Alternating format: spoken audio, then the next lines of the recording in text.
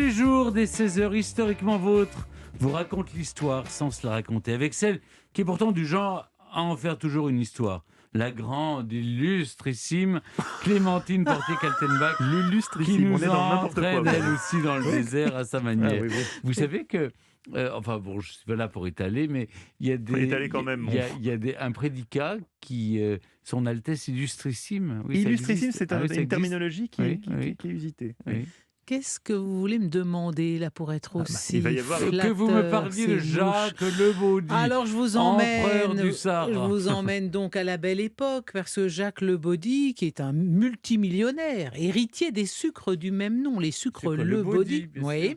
Et il s'ennuie ferme dans son hôtel particulier de la rue de Berry.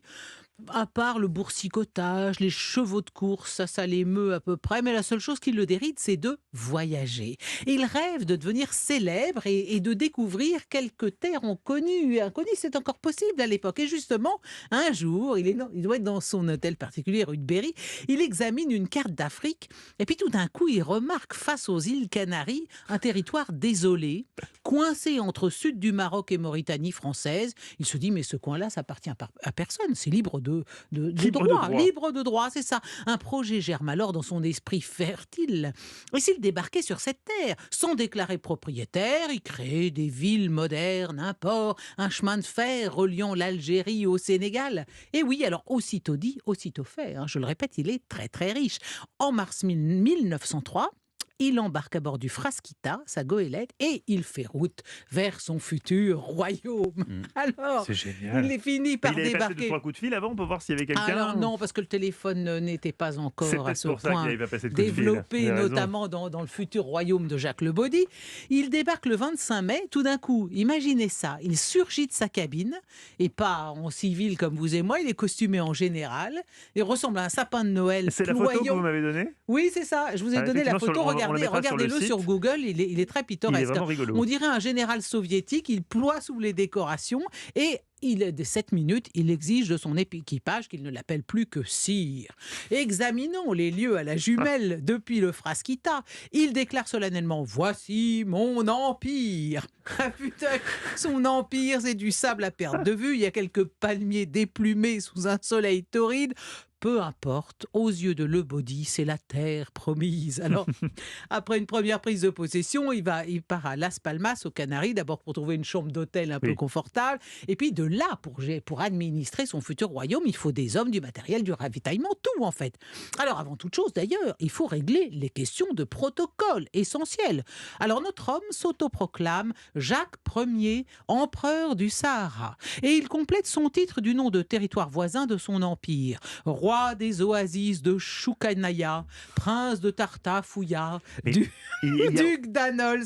Ah non, il y je a aucun, ris. il plaisante pas du tout. Ah non, non, non, je ris, mais tout ça est ça très, très rigole pas. sérieux. Ça hein. rigole Vous pas. savez Il le comment fait pas de on- manière Non, non, c'est humoristique. pas du tout. Il y croit, il y croit. hein. Il se choisit un drapeau blanc avec croissant et étoile d'or. Il commande un trône à Paris, Bah parce oui, que ça dans le sert à faubourg, quoi, sinon, si vous êtes Saint-Antoine, j'imagine du papier à lettres officielles, des armoiries très amusantes, parce qu'en fait, c'est deux lions rugissants qui soutiennent une sorte de mascaron, de médaillon dans lequel il y a un laboureur. Et puis, il faut une devise, naturellement, quand vous avez un nouveau royaume. Alors, la sienne sera liberté de conscience, force, travail, industrie, commerce, agriculture. Non, ça c'est pas une devise, c'est un programme. Oui, c'est un programme. Il avait pas le La sens de la devise, devise. c'est labor improbus omnia vincit. Un travail acharné vient à bout de tout. Bon, jusque-là, on ne peut qu'adhérer. hein.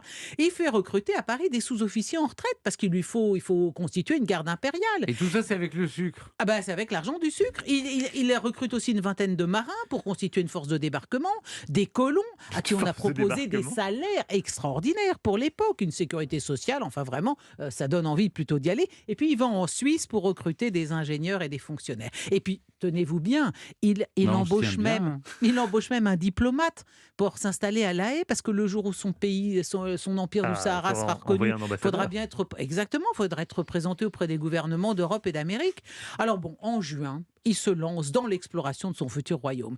Il est là, au milieu des dunes, entre trois palmiers. Enfin, c'est vraiment aucun intérêt. Et tout d'un coup, il tombe en arrêt au pied d'un palmier. Il dit « Voici l'emplacement de ma capitale. Elle se nommera Troya. » ça fait un peu trop oignon de pomme. Là, il laisse sur place 5 soldats avec une malheureuse toile de tente. Lui, il repart canoter sur sa frasquita là, en mer.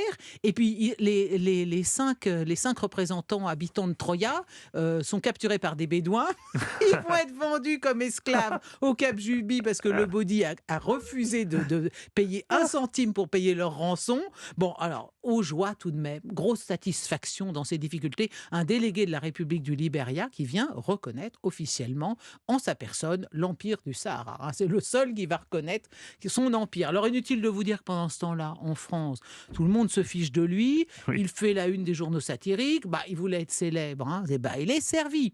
Mais bientôt, il va être pris dans différents procès, notamment les anciens otages qui viennent lui réclamer des indemnités. Il n'a pas payé des uniformes. Enfin, tout ça commence à sentir le roussi.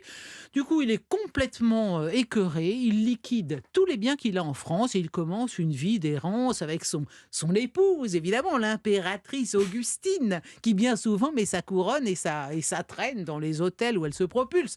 Et leurs majestés en exil finissent par s'installer à New York, où le body ne se déplace jamais autrement qu'à cheval, escorté par 50 boys qui eux aussi sont à cheval.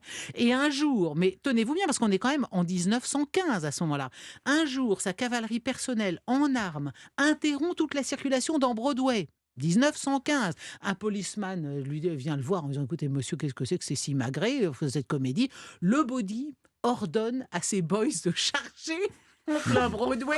Évidemment, les boys pas si bêtes ont décampé. Lui, il est tout seul, dressé sur ses éperons, sur son cheval, disant « Comment? Mais ne touchez pas Jacques Ier, empereur du Sahara. » Bon, le policeman appelle une ambulance et on l'emmène à l'asile d'aliénés le plus proche. Alors, on ne sait pas grand-chose des années qui suivent. Avec son épouse, l'impératrice, les scènes de ménage sont de plus en plus fréquentes, de plus en plus violente, à tel point que le 11 janvier 1919, exaspéré par les coups reçus, barricadé dans la salle de bain, tandis que le body tente de l'enfumer à l'ancienne. Mais non. Eh oui, mais si, la malheureuse impératrice se saisit d'un revolver, elle en tire plusieurs coups sur son impérial conjoint.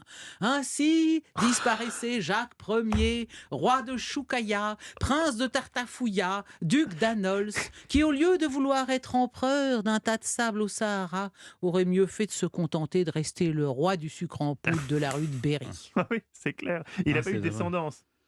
Non. Je pense que ça vaut mieux. Ça vaut mieux que la lignée soit Elle éteinte. s'est pas lancée après dans la lingerie, le body. Très bien.